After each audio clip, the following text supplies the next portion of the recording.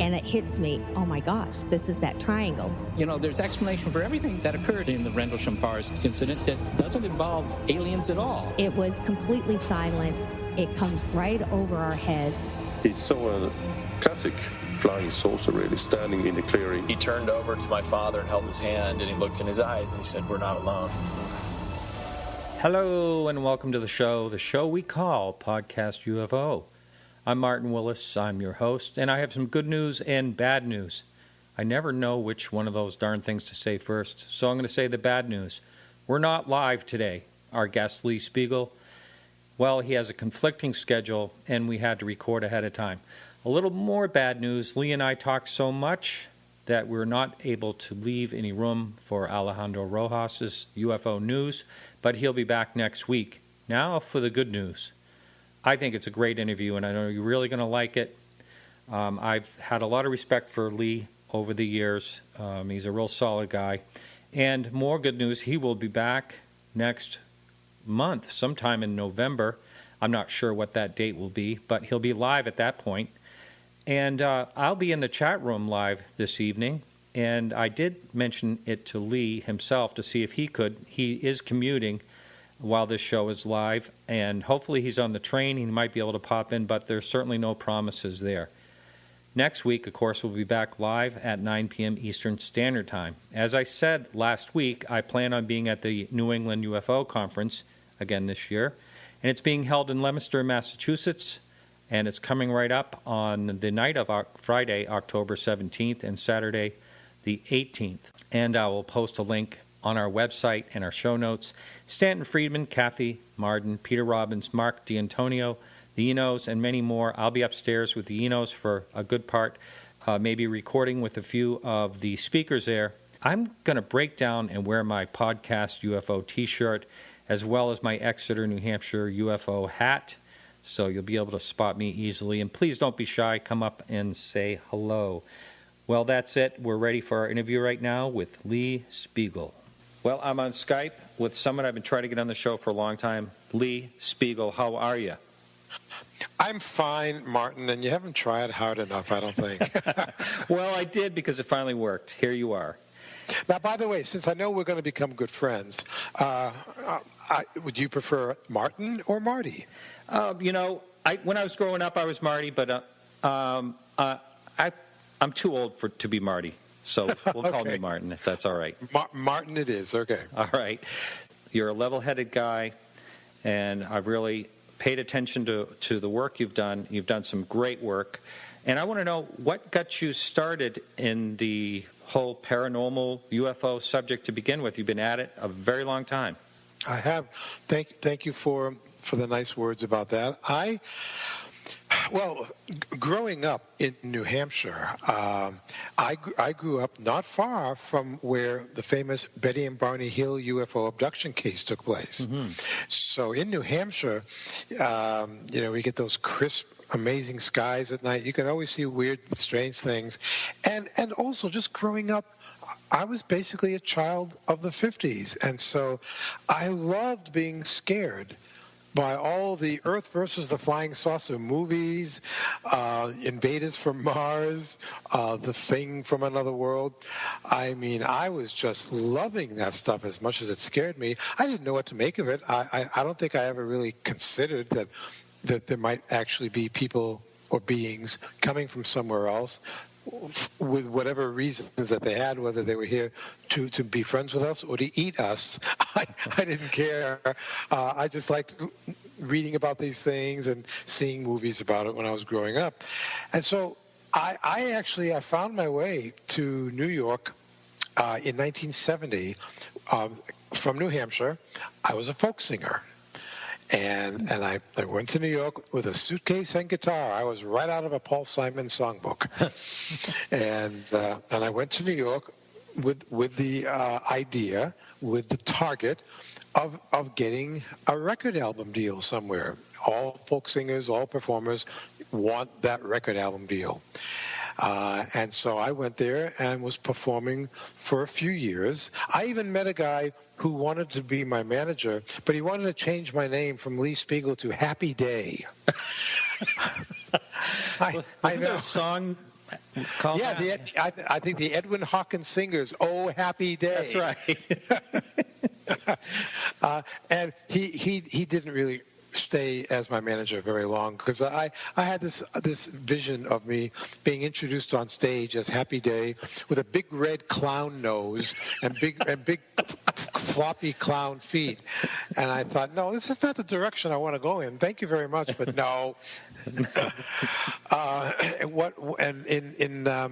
1973-74, I was working in New York as a salesperson at the big music chain franchise called Sam Ash, and lots of famous musicians would come in all the time buying all their instruments and things there, and I was selling instruments and musical things, and it was about this time, 1973, that the United States experienced what we refer to as a UFO flap or a wave. UFOs were being seen all around the country. They were showing up on news broadcasts.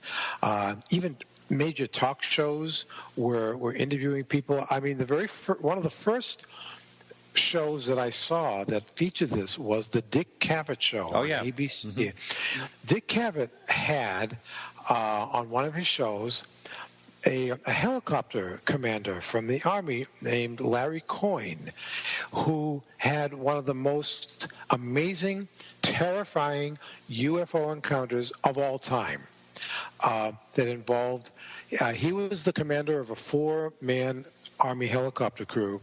They were flying above Ohio, and they saw this object coming at them from the horizon. It was a red light, and it was on a collision course on their helicopter.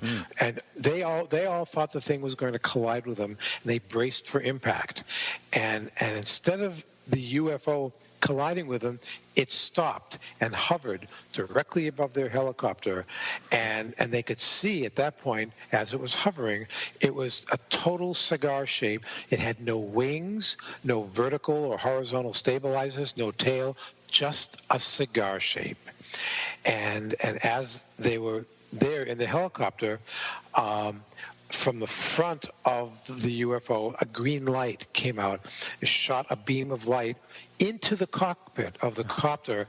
It bathed all of their instrument panel in a green glow. And they didn't know what to do. They were all totally scared. And then, all of a sudden, they could feel that the UFO was above them, and it started pulling them up into the sky. Jeez. Straight up. And they figured out that they went up something like 3,000 feet in a matter of seconds, and they didn't know it. And they were going higher and higher, and then there was a bump where the UFO apparently said, okay, I've had enough with you guys, and it let them go. And the UFO went in one direction, and the copter went in another direction, and Larry Coyne radioed ahead and said, we're coming in and have the press there. We want to tell what just happened to us. And the Army actually allowed them to talk to the media. And one of the reasons for that was because there were eyewitnesses on the ground that saw the whole thing as well. It was like, here you go, a 4-man Army helicopter crew. They have this amazing encounter. We don't have anything technologically that can do what that object did, and they couldn't deny it. And so Coyne started appearing on different shows, and I saw him on the Dick Cavett Show, and I went, wow, this guy is amazing. And I kind of put that in the back of my mind. Just that I was so impressed by him. And then there were other stories, and I started reading a lot of books that were available at the time, in 73, 74. One book that caught my attention was called Beyond Earth, Man's Contact with UFOs. And it was written by Ralph and Judy Blum. And Ralph, at the time, in like 74, was doing some freelance work for NBC. He was helping NBC with a primetime news special about UFOs. And so he had an office over at NBC, and he was his book as well as the show dealt with a lot of the people that had been involved with UFOs, like Donald Keyhoe, astronaut Gordon Cooper, astronaut Jim McDivitt, Alan Hynek, Stan Friedman, the nuclear physicist, variety of really interesting people, and Larry Coyne, the helicopter pilot. And I loved the book because it gave me an idea that I wanted to actually hear the voices of these people talking about what they knew, what they saw, what they suspected. And so I came up with this notion, and I wanted to meet Ralph Blum, the author of the book. So knowing that he worked at NBC for the NBC news special, one day I went over to 30 Rockefeller Plaza. It was just down the street from the music store where I worked in New York, and discovered very quickly, even back then, you can't just walk through the security desk at NBC and just walk in without any kind of a badge or ID or reason to be there. So I went over to NBC and noticed that there was a crowd of people standing around getting ready to go through the security desk on their way upstairs to watch a taping of Jeopardy. Because that's where Jeopardy used to come out of. This is back in the days before Alex Trebek was the host. Back then it was a guy named Art Fleming. Mm-hmm. And the announcer, the famous Don Pardo, was the announcer. We just lost Don Pardo recently. I just went into the crowd and became part of the crowd to go to the studio, and I figured, well, while I'm in this, now that I'm past security and I'm in the building, I'll go watch Jeopardy for a few minutes. so I did, and I sat in the studio, had a good time there, and then when the show was over and it was time for the audience to leave the studio, the tour guide was saying, now everybody stay together, we'll go, follow us, and we'll show you how to get out of the building. So as the crowd of Jeopardy audience went down one corridor in NBC, I went down another corridor. I just walked away from the crowd. And I started looking for Ralph Blum's office in the news area of NBC until I finally found someone who said, oh yes, Mr. Blum is down in that office over there. I went into where his desk was, and I didn't even know what he looked like. I was kind of making it up as I was going along at this point. What am I going to say to him if I meet him? How am I going to figure this out? So I walked into the office, and someone said, can we help you? And I said, yes, I'm here to pick up Ralph Blum's mail. Oh, my God. Jeez. I didn't know where that would get me, possibly in jail. I was taking a chance that he wasn't there. And they didn't ask me any more questions. They said, hold on a minute, we have a pile of it for you. So they took his mail, wrapped it up, put it in a bag, and that, of course, gave me his address. Oh, my God. And luckily for me, I figured he must have lived in New York if he had an office at NBC. So I went to the address on the Upper East Side of Manhattan, and I rung the bell for the Blums. There was no answer. And so I rang the bell for the super of the building, and I said, I'm here to leave a pile of mail for the Blums. Can I leave it with you to get it to them? And he said, sure. I said, all right, well, hold on one second. I want to leave a note for Ralph. And I wrote a little note, basically saying, hello, Mr. Blum, my name is Lee Speigel. I love your book. I have an idea of a way that I can help you and you can help me. It's great about UFOs. Hopefully you'll call me someday to say hello.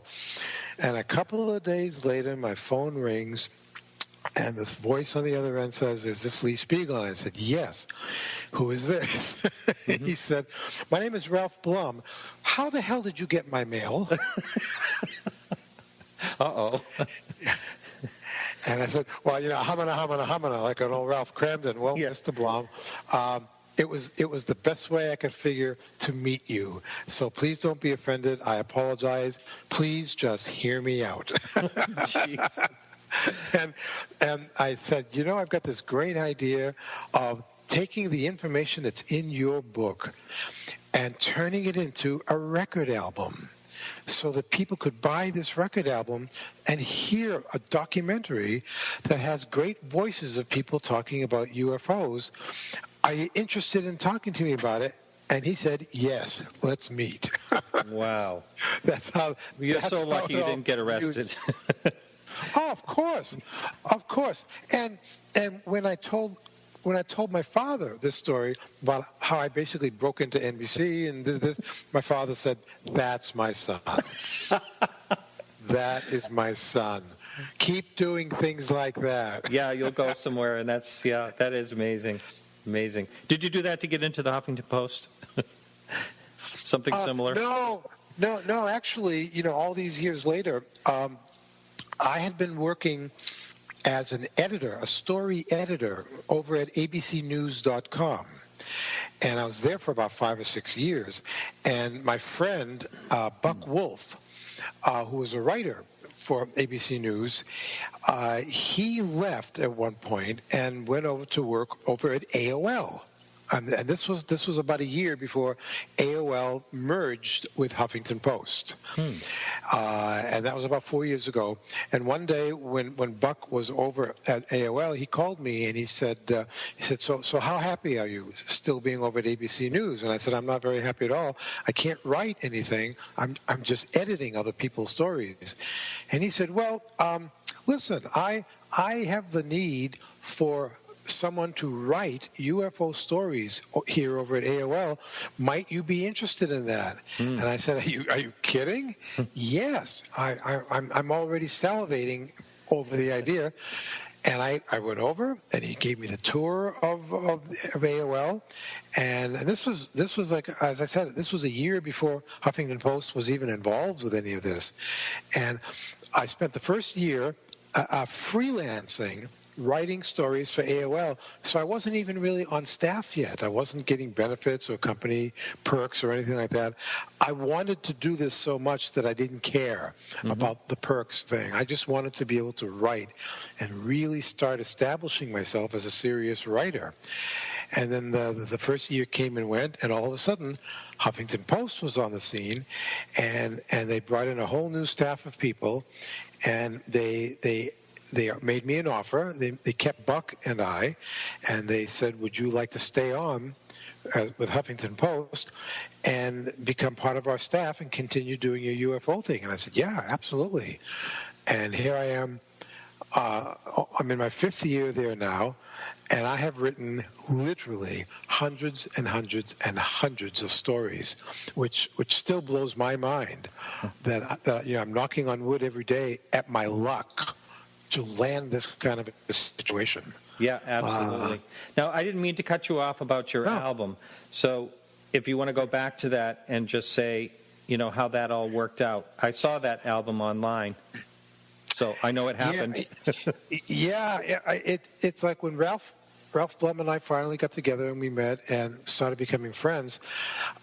With some contacts that he had, because his book was put out by Bantam Books, and we took the idea of using his book as part of the pitch.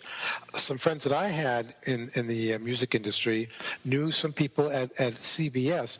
This was back in the day when CBS had a division called Columbia House Records, and they used to advertise in primetime television different record deals. Yes, right now for $8.95, we'll send you the complete works of Mantovani, all the classics. Just send an $8.95, and you will send you the album. And this was back in the days of vinyl albums. So nobody else was really doing this on TV. This was the early infomercials when they were selling products for like 2 minutes on TV. So through the contacts that Ralph had and that my friends had, we got an audience at CBS where we went in to do one pitch. And the pitch was that with Ralph Blum's successful book and with my idea that I would take a really nice, back then, cassette tape recorder. And back in 1975, the smallest high-quality cassette tape recorders was about 75 pounds.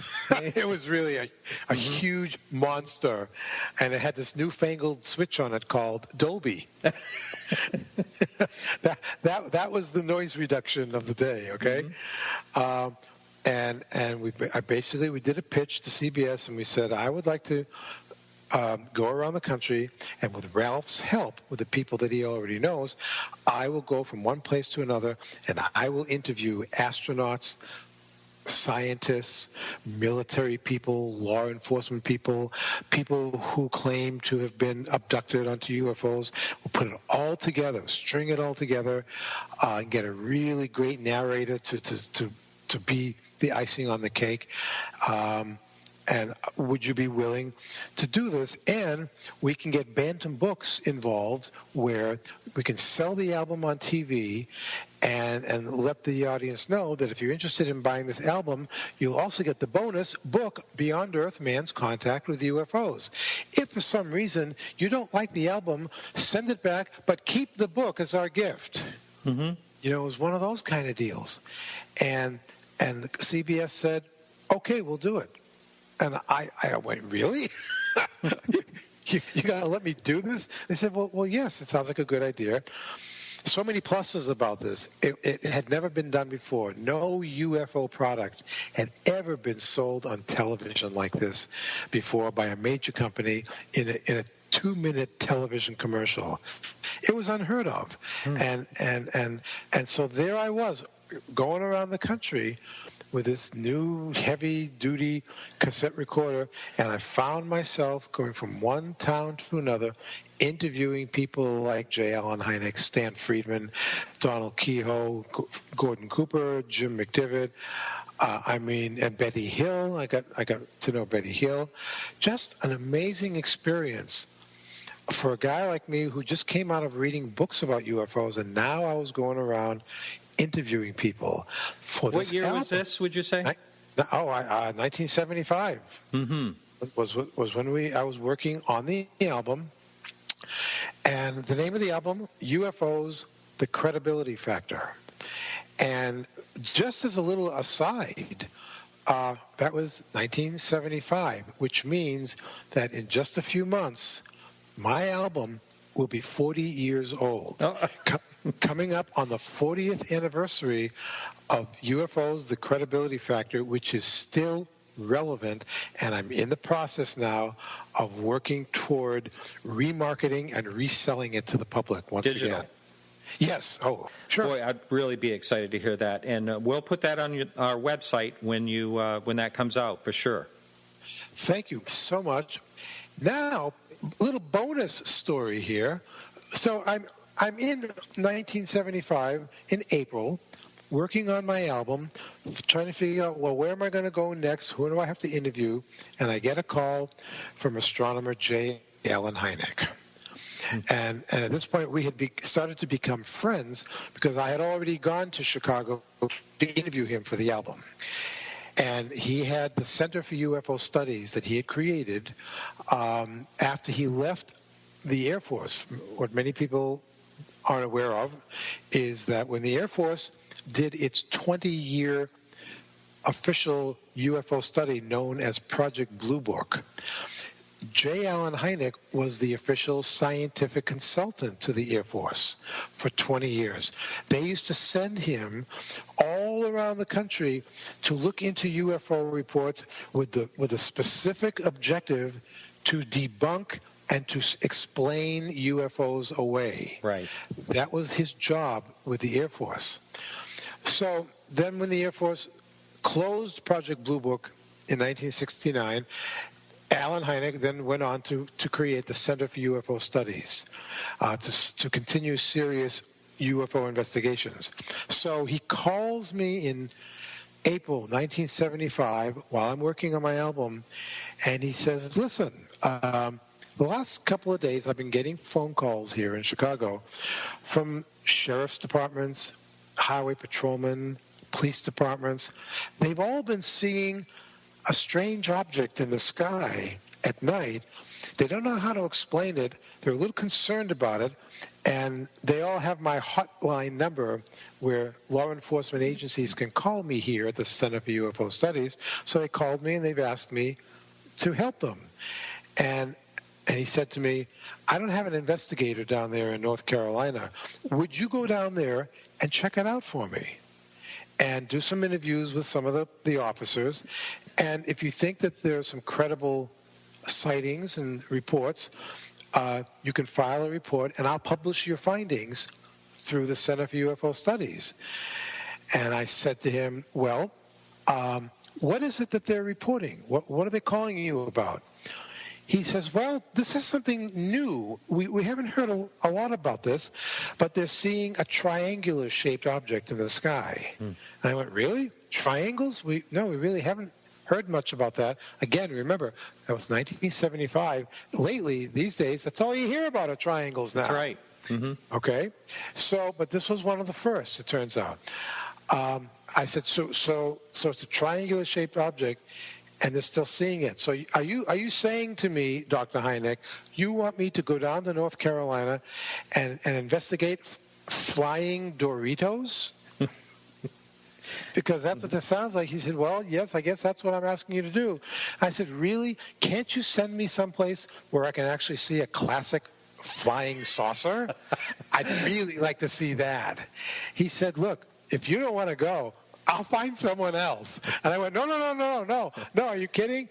I'm going to turn down a request from J. Allen Hynek to go. Basically, you're making an appointment for me to see this thing. I'm going. and I went. And got down to North Carolina, flew into Fayetteville, and then someone from the Sheriff's Department came and picked me up and drove me down to Lumberton. And within a few hours of my arrival, I was in the sheriff's office. The calls started coming in. Really? And yeah, it was like clockwork. And there were newspaper accounts. I can even send you these things. I have all the original newspaper accounts that said, Dr. J. Allen Hynek in Chicago is sending a New York City UFO investigator here to explain all this away. And so I was there, and I got into one of the sheriff's cars with an officer, and out we went. And we kept in contact with other law enforcement officers in cars through the car radios. And a few minutes later, we all converged in front of this big field. And everybody got out of the cars, turned the car engines off. It was already dark, lots of stars, no moon, just stars, and the only sound that we could hear, the sound of animals, nervous animals in the area, nervous because they knew something was up. And as we looked across the field, from our left moving toward the right, just above a line of trees, was a red light and then a white light. It was alternating, red, white, moving just very slowly, moving along above the trees. And then when it got to the point where it was right directly across the field from us, it stopped moving, and then it changed its direction and started moving directly across the field toward where we were standing. Oh. Oh is right. There were other expletives that I used. It wasn't just just and a few other words. And it came across the field very slowly, very deliberately, no sound, until it stopped and parked itself right in the sky above us. And it was at that point that we could clearly see that it was the shape of a triangle, because it had a row of white lights up one side of it and a row of red lights up the other side of it. And at the apex where these two sides actually met, there was a bigger, brighter light. Boy, they hear that a lot. Yeah. So this thing literally was just hovering there. And like I said, it had no engine. There was no sound whatsoever. Would you guess the size? I'm sorry. Would you guess the size of this thing and the height of it? Someone thought that it was maybe a couple of 100 yards in the sky above us. And it was then determined by one of the officers that it didn't look like it was much bigger than if you put a couple of the police cars together. So it wasn't a gigantic ship or object, but it was still just sitting there in the sky, not doing anything. And I remember thinking that I felt really pretty safe and confident because I'm surrounded by police officers and they've got their 6-shooters ready to go into action. And then I caught myself and I went, wait a minute, really? How safe do I feel? If this thing is here to eat us, do you think some 6-shooters are going to do any good? No. So all of these thoughts, were probably also going on in their minds too. And as we watched it, out of the brighter light on the object, a beam of light came down from the object and surrounded us where we were standing. Jeez.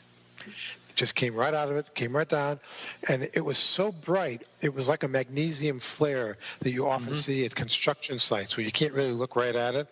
It was that kind of blinding light. It must have lasted maybe 2-3 seconds at the most, and then the light went right back into the craft, and then the whole thing, all the lights on the craft turned off, and the entire object became like an amber color. Wow. And it very slowly did about a 45-degree turn, and then slowly started moving off in another direction, as if to say, I'm done with you guys. I'm going somewhere else now, okay? And that's what it did. And we got into the cars, and we started tracking it and following it through a couple of different counties. And every place we stopped, we found other police officials who had just had their own encounter with it. I stopped at one place, spoke to police chief, it was Police Chief Gary Moore, who had been sitting in his car near a lake. And he said that while he was sitting there, the whole inside of his car just lit up. Gee, isn't that familiar, like what happened with the helicopter pilot from 1973? And I said, well, what did you do? He said, I just kind of leaned out the car window and looked up. Very reminiscent of Richard Dreyfuss in Close Encounters of the Third Kind, okay? But this was 3 years before that movie came out. Actually, 2 years before the movie. He looked up, and he saw this thing just sitting in the sky above him. He got out of his car, went to his trunk, and he pulled out one of those big old law enforcement lanterns that they use for emergencies. He pointed the lantern up to the object, and he blinked the light, and he said the object blinked back at him once. Boy, you hear that. I said, so what else did you do? He said, well, I blinked twice, and it blinked twice back at me. Again, 2 years later, you think about the mothership that comes down in Close Encounters, and they have that whole communication at the end between the mothership and the music. Yeah, have you ever heard of the Father Gill sighting? Oh, yeah, Papua New Guinea. That's right, yes. Their interaction there, there's a number of times you hear there's interaction, which is amazing. Yeah, it is amazing. It was a great encounter. I got a lot of great interviews, sent the report back to Alan Hynek. I called up, I think it was Pope Air Force Base outside of Fayetteville, just to see if they'd had anything in the sky that night. And, of course, they said no. Put all the pieces together, and it was eventually it was written up and it was published by the Center for UFO Studies. So there's my personal close encounter. It's the kind of thing where you never forget it after it happens. It's so dramatic, and they didn't come to eat me. It seems like you were already really into the topic before you even showed up there, but did it change anything in your life? No. It just made me more aggressive about wanting to find out what this stuff was about. And this was also at a point where my attitude was, and mostly because of things that Stanton Friedman, the nuclear physicist, had said to me ever since 1975, 74, thereabouts, right to this very day, all these years later, Stan Friedman is still consistently saying to groups and lecturers that he goes to, he definitely believes that some UFOs are somebody else's extraterrestrial, intelligently controlled spacecraft. Mm-hmm. And he doesn't waver from that at all. And so for the longest time, I was believing that too, even though so many scientists, mainstream scientists, will say, well, that can't be true. Nobody's visiting us. There's no evidence. They can't possibly get here from wherever they might be coming from. The distances are too great, blah, blah, blah, I say to them. You know, even in the book, the novel, and then the movie Contact, that was written by Carl Sagan, even a conservative guy like Sagan was speculating on the possibility that, you know, if you take any civilization that might be, let's conservatively say 500 years ahead of us, 1,000 years ahead of us technologically, don't you think it's possible that they have figured out how to leapfrog over the great distances that everybody else is saying it can't be done? Stan Friedman always loves to say in his lectures, and I'm always repeating this, and he's so right. He says, when somebody says that bit of UFO behavior is impossible, what they're really saying is, I don't know how to do that. And if I don't know how to do it, well, then it must be impossible. Yeah. And there's the attitude right there. It's like, it's the same attitude as, gee, once, not that long ago in our history, once the Earth was the center of the universe, and everybody believed it. So, you know, science, over a period of time, we learn through doing that things change, concepts change, beliefs change, that what we think is impossible now, we know it's probably going to change and become the possible. And many scientists are now coming around to that idea, especially physicists who are talking about other dimensional realities around us, where some of these UFOs might not be coming from very far away. They could be coming from very close by. There are so many stories where eyewitnesses report a UFO just suddenly appeared out of nowhere and fades away. Yep. And then fades away out of nowhere, into nowhere. Well, what is the technology? What is that? It sounds like, if you keep it simple, someone knows how to slip into and out of other spaces. Why should we have a problem believing that? There are too many possibilities out there. Even a very conservative astronomer like Seth Shostak, he's the senior at the SETI Institute. He's been on a couple of times. Okay. Yeah. Seth, just a couple of weeks ago, was one of the main speakers at the NASA Astrobiology Symposium at the Library of Congress. And there were many people invited to speak there, including astronomers from the Vatican. And among the things that Seth said were some staggering numbers. And we know these numbers now to be pretty close to fact, mostly from two little wonderful devices, one called the Hubble Space Telescope, the other one called the Kepler spacecraft. I like to refer to Kepler as the little spacecraft that could. Yeah, you know, absolutely. It's like, wow. Kepler has already discovered, which have now been confirmed, more than 1,400 new planets.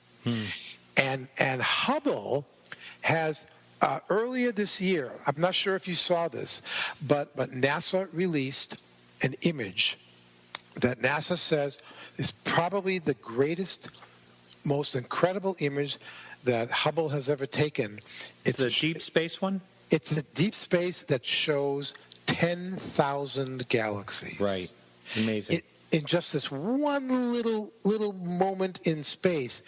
And based on those kinds of numbers, now astronomers are saying, and here are the numbers that Seth Shostak was throwing out to the people in Washington.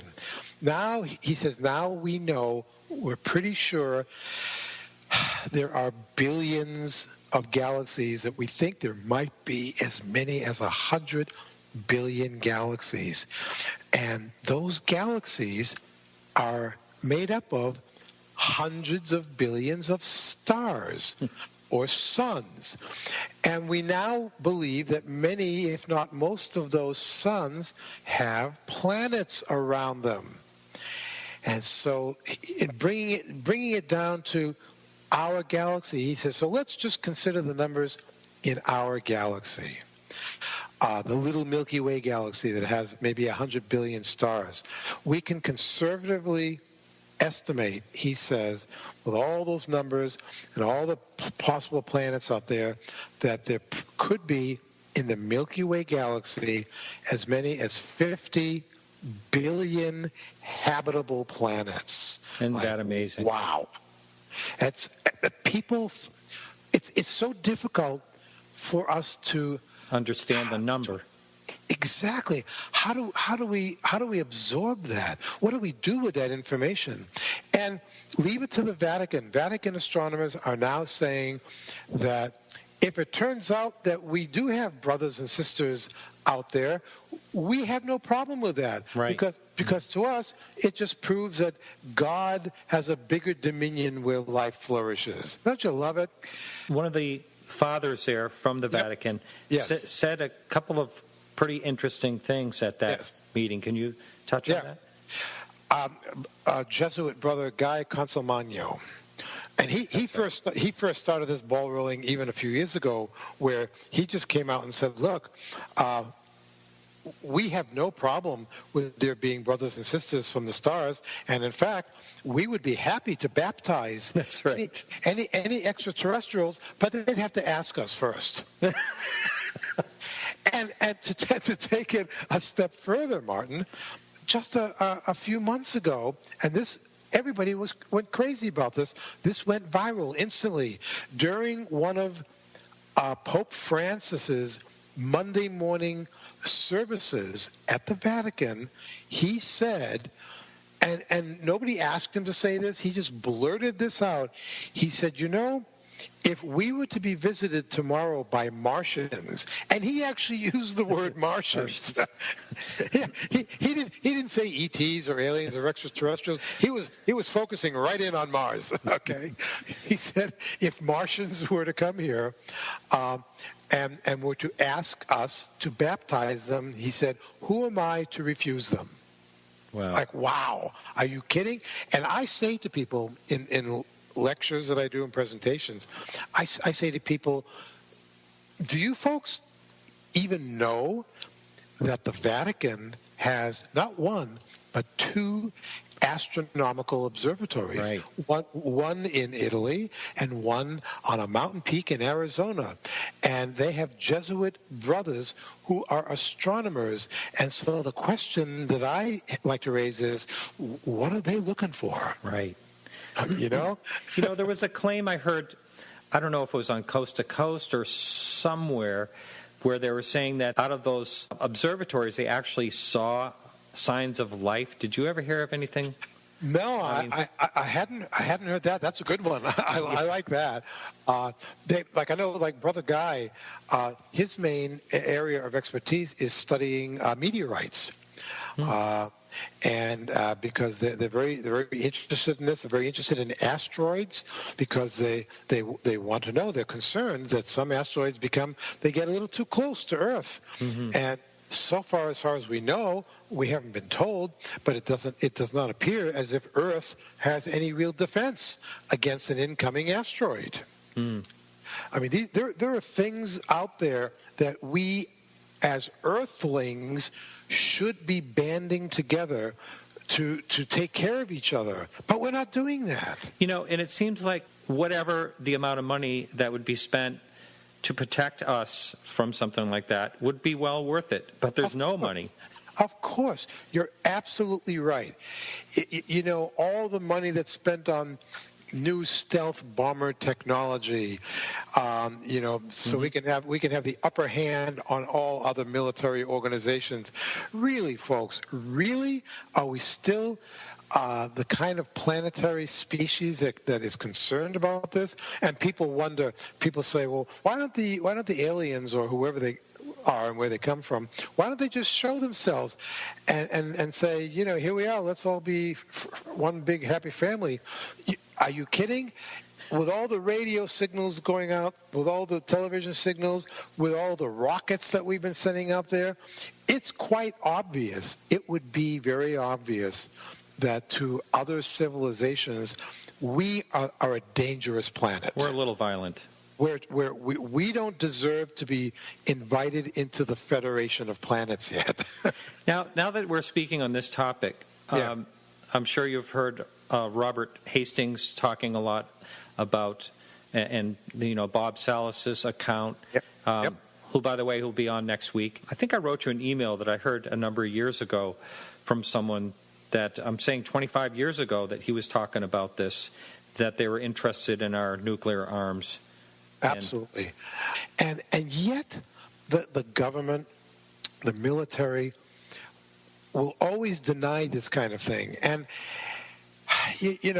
lately my attitude has been changing a little bit about the whole conspiracy theory about UFOs and extraterrestrials, and why would they lie to us? Why wouldn't they tell us the truth?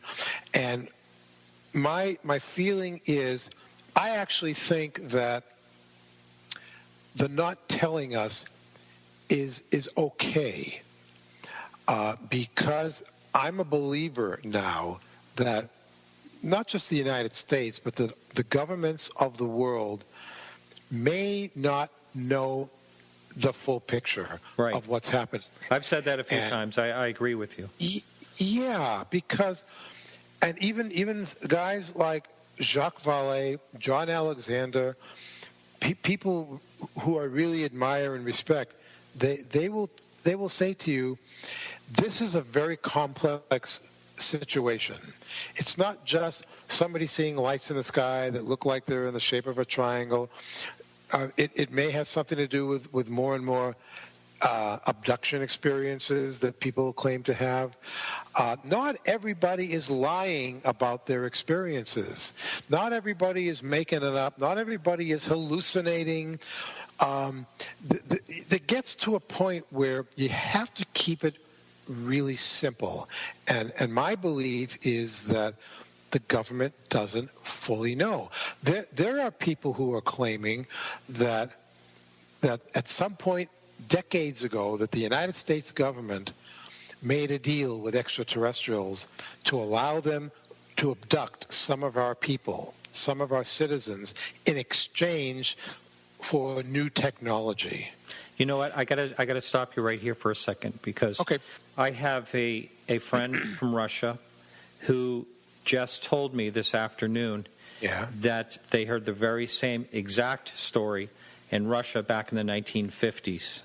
And it was for the exact thing, in exchange for technology. And the more you hear these kinds of stories, my belief gets stronger in that how can the government or any government tell the population that this may be going on? That would cause more panic than anything like UFOs just appearing everywhere all at once. The idea that there could be an agreement between Earth's leaders and extraterrestrials to actually take some of our people, like, really. So I don't know if that's true. A couple of years ago, I did an interview, one of many interviews, with my friend Nick Pope.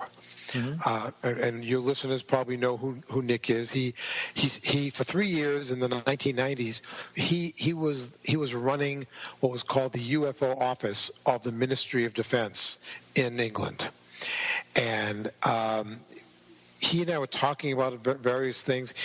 His responsibility was to read through and go through every UFO report that came across his desk, and he was told that in every way, form, fashion that he could, to contact the media and to make these stories go away and to explain them all the best way possible. And he said, and we called this process spin and dirty tricks. And I said, what does that mean, spin and dirty tricks? He said, I was charged with making these UFO stories go away, just like the Air Force was with Project Blue Book.